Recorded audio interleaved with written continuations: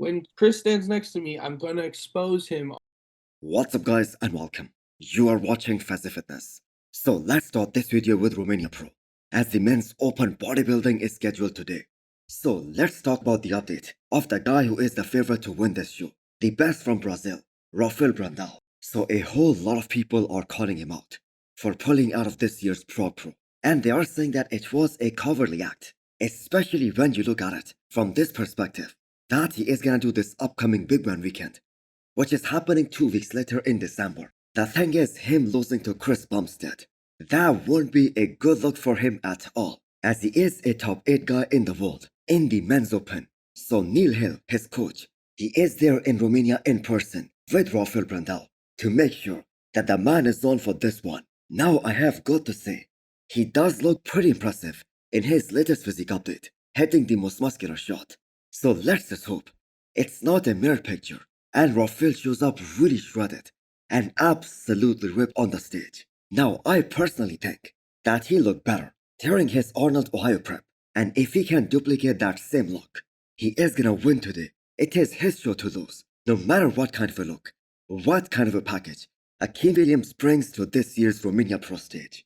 But maybe Rafael looked so good at this year's Arnold Ohio was because of the fact that his body was just so fresh. And now he has been literally dieting for most part of the year. And for him, best case scenario will be winning Romania Pro and shut the season down. But do let me know what you guys think.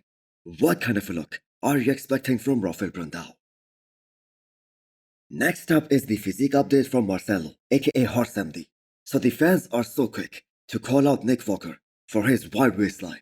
Now I'm not trying to be a hater here, but Horse's waist, that has gotten so much bigger over the last 2 years, especially after he started to put on some size to be combative in the men's open bodybuilding. So he has been working with Milos Sarcev, so there is a 100% guarantee that he has been using insulin for all this time.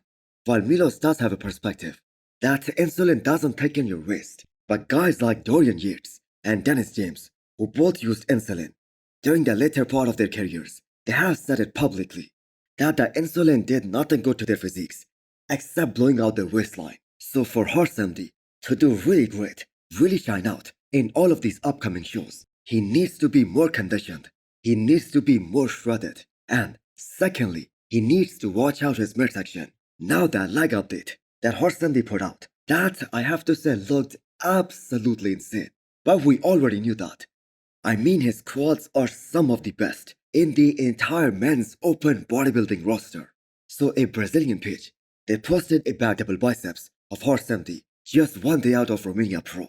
Now I have got to say, if Horse MD has been training his back so damn hard, and still he was unable to make the necessary improvements, especially in that posterior chain, that simply means that back is his most stubborn body part. That is a genetically weak body part, and it won't grow no matter what he does. Now I do not see him beating either Rafael or Akeem Williams in any scenario whatsoever. In fact, based on his recent update, he might have some difficulty beating some of these other guys like Emir and Christian Volsky. So all of these guys who are doing Romania Pro, the big names, they should not sleep on one of the youngest IFB Pro competing in Romania today. I am talking about Emir. Pretty sure neither Rafael nor Akeem or even Horse MD, they are gonna outcondition him. So this is a video of him posing when he was 3 days out of this show, and the man looks so dry and hard as a rock. So Emir has been getting closer and closer to getting his first IFB Pro win. He has got multiple second place finishes already in 2024, and this was the best year of his professional career, especially what we saw at this year's Cali Pro and Portugal Pro. His physique and Emir himself, he really came into his own. The size that he showcased in both of these shows, that was just enormous, and he stood next to the likes of William Barnack, Nathan Deisha, and Antonio Burton. So all of these 3 names that I have just mentioned, they have placed top 10 in the world, and some even higher than that. So if a guy like Horse MD is a nod, Emir is gonna make sure that he exposes him and he makes him look all soft on the stage. So Christian Volsky is another guy who people should not be sleeping on for this year's Romania Pro. So this is gonna be Christian's last physique update before this year's Romania Pro. And Volsky himself is 100% convinced that this is gonna be the best physique of his career so far. And if he is able to beat the look that we saw from him at this year's Romania Pro, where he was able to place top 4, he is gonna be really dangerous here as well. And I think he is gonna be as high as top 3. So Volsky has a great overall flow to his physique. And we have seen it happen in 2024, where Volsky beat Emir and later got beat by him as well. So realistically speaking, it is Rafael versus Akim for that first spot. And Volsky can fight for third spot with Harsamdi and Emir. Now I have to say Volsky doesn't have any standout body parts on him. Like for instance in case of Harsamdi, he has those massive quads. But on the flip side, he has a good balance top to bottom, front to back. He is very complete and really isn't missing anything. So give me your predictions. Who are your top 4? And do let me know what you guys think. Who is gonna win here? So as we get closer and closer to this year's Pro, which is always gonna be a very memorable show because of course Chris Bumstead making his men's open bodybuilding debut and also declaring that this is gonna be his last time on any bodybuilding stage. So Martin Fitzwater perfectly explains why it is so unrealistic to think that Cbum stands a chance against a guy like Martin. Are fans of Chris, but also put a lot of emphasis on how much someone weighs when they really have no understanding. Like they're like, oh, if Chris is up 10 pounds, he's gonna be so big and shit. It's like, guys, Chris is 6'1", and he's gonna be probably about 252 to 255 on stage, okay? Samson is 6'1", he is 305 pounds on stage. There is a certain level of muscularity and thickness on a men's open guy that we just do not see on these classic physique guys. Now I know he has been the best classic physique athlete for 6 years in a row, but we are talking about a guy who just placed top 4 in the world, Martin Fitzwater. And just look at the names he was able to beat at this year's big show. Andrew Jacked, Hunter Labrada, William Bonac, Brandon Curry. 2 of them are multiple times Arnold Classic champions.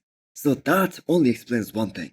Martin has been one of the best talents that arrived in the men's open bodybuilding, especially if you consider his age, and especially in the last few years. Plus, he is at a point in his career where everything has finally started to click for him. I stood next to Samson and did not look small. Okay? Yeah.